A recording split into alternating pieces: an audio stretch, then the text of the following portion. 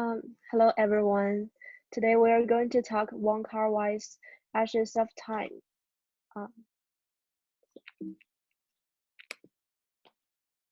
so firstly, let's look at this film's synopsis. The film follows the main antagonist Oh Yang-feng when he is a young man crossing paths with other important characters, Yao Shi Huang, Rong Yanmu, and etc. The movie humanizes Feng and depicts the events that lead to his descent to villainesses, starting with the time when his lover married to his brother. Okay, let's look at the film's background and characteristics. So the film was made after Wong Kar-wai formed his own production company called Japtong Films. The film had gone through a difficult production process. The process lasted for 2 years, and also the film is at a cost of Hong Kong dollars 47 million in total. However, the commercial result was not quite good. It received limited box office success. We will discuss this later. And then in 2008, the film was re-edited and rescored. It was called Ashes of Time Redux. And I want to introduce the main character, Oh Yang-feng, who was casted by Leslie Chong. I want to mention him because of his significance in both Chinese music and film field. He's another famous film called Farewell My Concubine was considered one of the landmark in Chinese film history and brought Chinese film directors to world attention. Unfortunately, he suicided in 2003 at age of 46. It was a great pain and loss to Chinese people.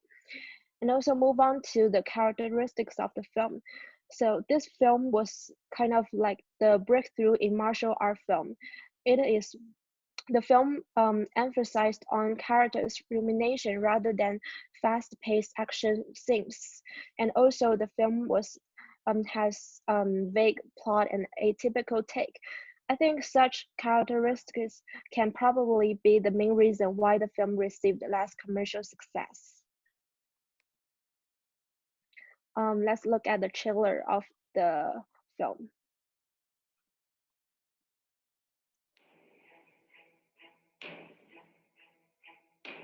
From Wong Kar-wai, the director of In the Mood for Love and 2046, Ashes of Time, Redux.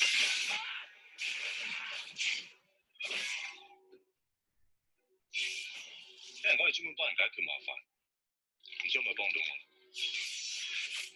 乜你覺得10兩銀呢個價錢好貴咩？但我而家同你講緊嘅，你哋一家大細20幾條人命嘅安全。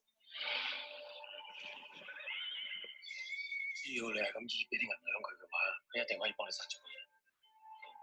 點解你同佢咁大仇？以我一個女人，我一路都以為自己係人過唔過。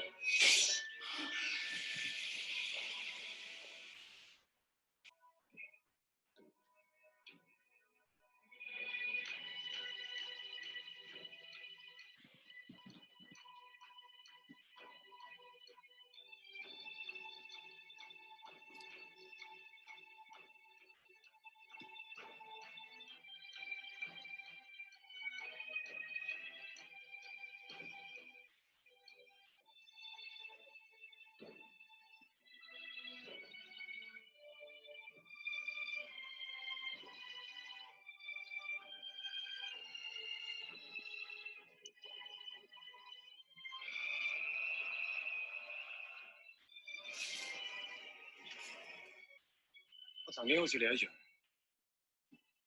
一心打天下，要可以抌低個女人。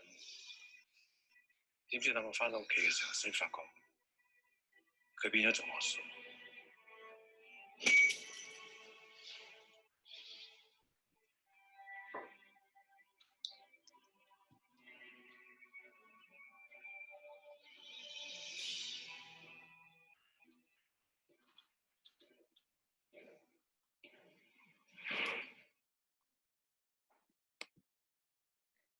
So the chiller is actually the chiller of um, the re-edited version, the called Ashes of Time Redux, because the original print was lost, and only in Asian film market we can see the original one and the Ashes of Time, the second version. But in the Western market, we can only see this re-edited one called Ashes of Time Redux.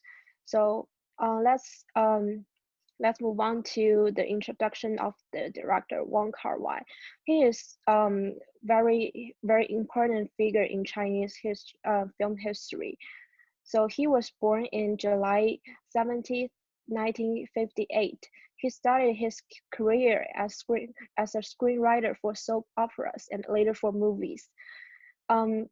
As Tears Go By is Wong's debut as directors. It was a crime drama, and also his famous works include Days of Being White. The main character was also casted by Leslie Chong, as I introduced before. This film and Ashes of Time was made when he was gradually developing his style. And then Chongqing Express, which we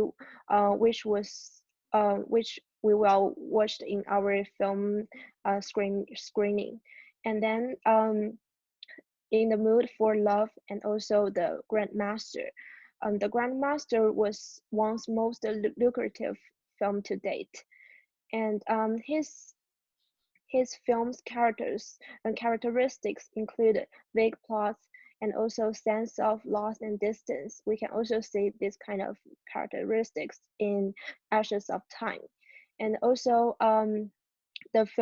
his film emphasized on characteristics, emotion depiction. His film is also of slow pace, and he stressed more on the topics of love, and also the dialogues in his film can create kind of the sense of empathy. So the above characteristics can be summarized as kind of the sense of postmodernism. So even though this film is really distinctive in its style, it still contains a lot of elements from the genre called wuxia films, which is a really popular genre in Chinese film market. So wuxia generally means martial heroes, and wuxia films depicts the stories happens in Jianghu, which refers to the martial art world in ancient China. So in most of these films, Jianghu is considered to be independent of the official government and has its own rules. However, in some of the movies, these martial heroes will be against the government because the government kind of kill innocent people or fall into corruption. So the martial heroes would then show up and help these ordinary citizens to restore the social order. So you could see like how these wuxia films is actually a representation of Chinese heroism. And because Jianghu is really a imaginative world, each director would actually create their unique Jianghu based on their understanding about the wuxia culture in China. So this genre is brought to a height by Shaw Brothers Studio and the master of wuxia films called King Hu in the 1960s in Hong Kong. And through the movies by Li An called Crouching Tiger, Hidden Dragon, and Zhang Yimou's Hero, this genre was also brought to the international market and to Hollywood. So most of these films are based on novels or historical stories. So The Ashes of Time is based on Jin Yong's The Legend of Condor Heroes. But Ashes of Time is more like a prequel of this novel because it tells this early story of some older characters in this novel. So because of that, Wang actually changes in his creation process a little bit. So in his previous films, he has the beginnings of these films, and then he would start to explore with his crew. So he does not really know how the movie is going to end. However, for Ashes of Time, because there is already this novel, so he kind of knows on how the story should end. So he is really thinking backward. And Wang said that this makes him feel a little bit fatalistic because he knows the fate of these characters. And Ashes of Time actually also differs from other wuxia films. And Wang himself also mentions that in an interview that most wuxia films actually end with a large fight, and the standard of these films are how exciting the action scenes are. But Ashes of Time is not about like large fights. It is more about the determined fate and the time of these heroes. So in terms of box office and reception, even though this film won a lot of awards both internationally and domestically, this film is still considered to be one of the most underappreciated work by Wang because as mentioned in this film review in the 1994, so this film is actually a legend even before it is released because of its huge budget, which is over 40 million. However, the box office is not that ideal. So this film is actually a huge loss in terms of revenue. And in this review, it compares Ashes of Time with another film called The Eagle Shooting Heroes. What really most interesting about this film is that the production company actually expects that Wang's film is not going to have a large box office. So they actually booked The Eagle Shooting Heroes together with Ashes of Time as a two-pick series. And the Eagle Shooting Heroes are supposed to be the second part of Ashes of Time, but since Wang's Ashes of Time is really behind schedule and over budget, Jeffrey Lau, who is a great partner of Wang, actually decided to direct this film. And he finished this film within 27 days, so this film could be released during the Chinese New Year holiday and to generate cash. And this film is pretty successful in terms of that. It has a large box office, about 23.5 million. And from the poster on the left, you will probably notice some faces because they already show up in the trailer of The Ashes of Time.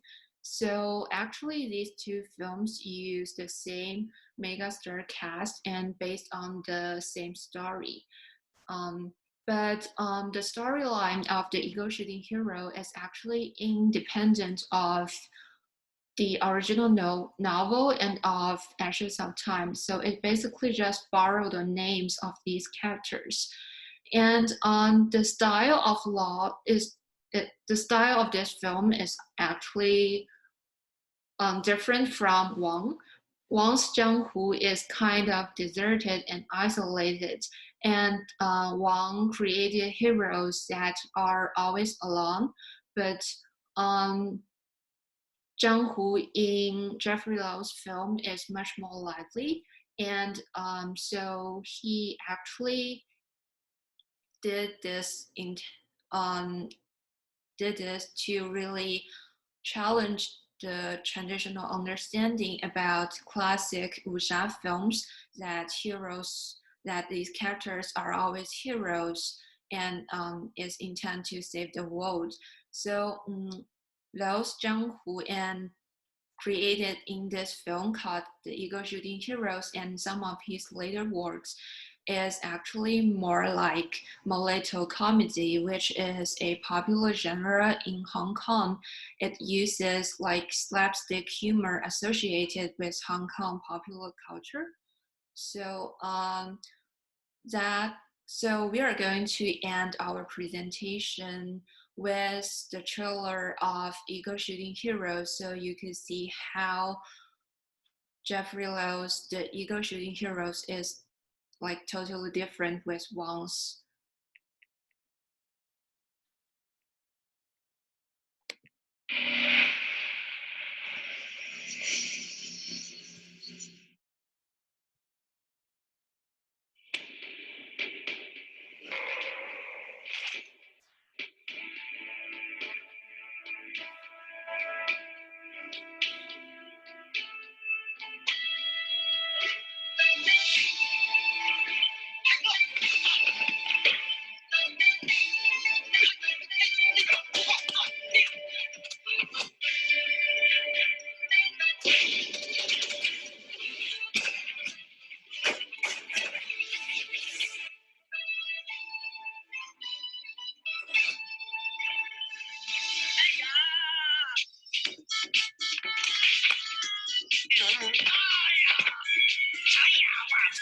咁架勢，佢都識開。你冇掂佢哋而家！救命鬼仔！